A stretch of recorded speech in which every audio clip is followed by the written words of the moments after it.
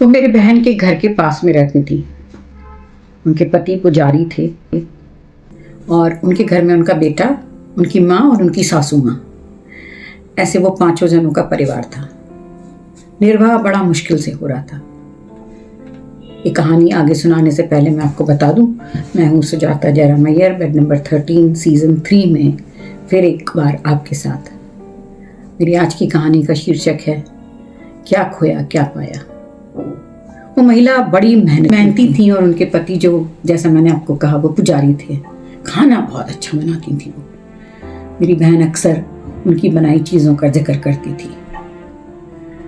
निर्वाह चल रहा था, पर बाकी लोगों के कंपैरिजन में वो काफी नीचे थी स्तर में, ऐसा उनको लगता था।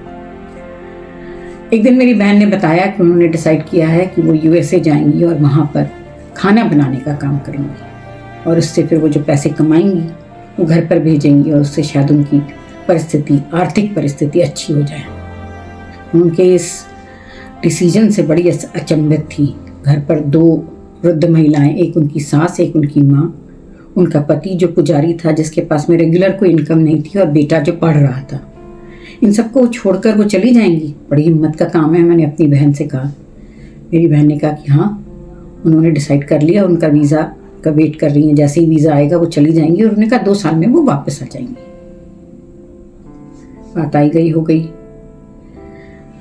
2-3 साल पहले मैं अपनी बहन से जब मिलने गई तो मैंने उत्सुकतावश उनसे पूछा कि अब वो कहाँ हैं। उनको तो गए 8-10 साल हो गए ना। मेरी बहन ने कहा कि वो अभी तक नहीं लौटी हैं, पर पैसे ज़रूर रेगुलरली घर पर भेजती हैं और अब वो वहीं रहने लगी हैं। मैंने सोचा ये अजीब सी बात बता रही है मेरी बहन, क्योंकि उन्होंने तो 2 साल का कहा था। फिर उनकी दोनों वृद्ध महिलाओं का क्या हुआ? मेरी बहन ने बताया कि दोनों की डेथ हो गई है। बेटा जो है उसको नौकरी लग गई है और पति वैसे ही है। तो मैंने कहा एक बार भी नहीं आई वो 8 साल में? मैंने कहा कि नहीं, 8 साल में वो एक बार भी नहीं आई है। मेरे लिए बड़ा अचंभित विषय था, पर पैसे रेगुलरली भेज रही थी, इसलिए उनकी आर्थिक स्थिति बहुत अच्छी हो गई थी। मैं मन ही मन सोच रही थी, ये भी कैसा त्याग कि महिला घर ही नहीं आई और वहाँ से पैसे कमा के भेज रही है। उस त्याग और बलिदान की कहानी को मैं सोचते सोचते एक दिन अचानक मेरी बहन ने मुझे बताया कि वो आई हुई हैं। बोली तू यकीन नहीं करेगी, वो इतनी बदल गई हैं। मैंने कहा कैसे? बोली अरे उनका तो रहन सहन, बोलने समझने का तरीका ही बदल गया है।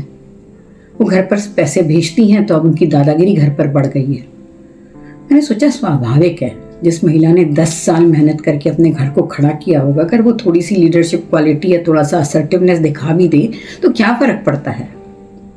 बेटे की शादी उन्होंने तय कर दी। वो चाहती थी कि उसी लड़की से बेटा शादी करे जिसको उन्होंने तय किया है।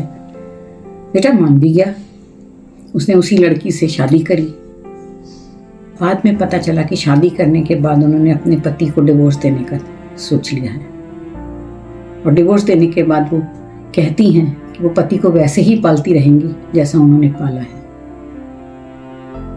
मुझे उनके इस डिसीजन से तो और भी ज्यादा आश्चर्य हुआ। एक तो पहला डिसीजन कि वो महिला अकेली चली गई, 8 साल आई नहीं, और अब जब आई हैं, आने के बाद अपने सारे कर्तव्य पूरे करने के बाद में अब वो डिवोर्स दे रही हैं। मुझे लगा मुझे उनसे बात करनी चाहिए, पर मेरी तो उनसे पहचान भी नहीं थी। मैंने अपनी बहन को कुरेदना शुरू किया, ज़रा पूछना करके।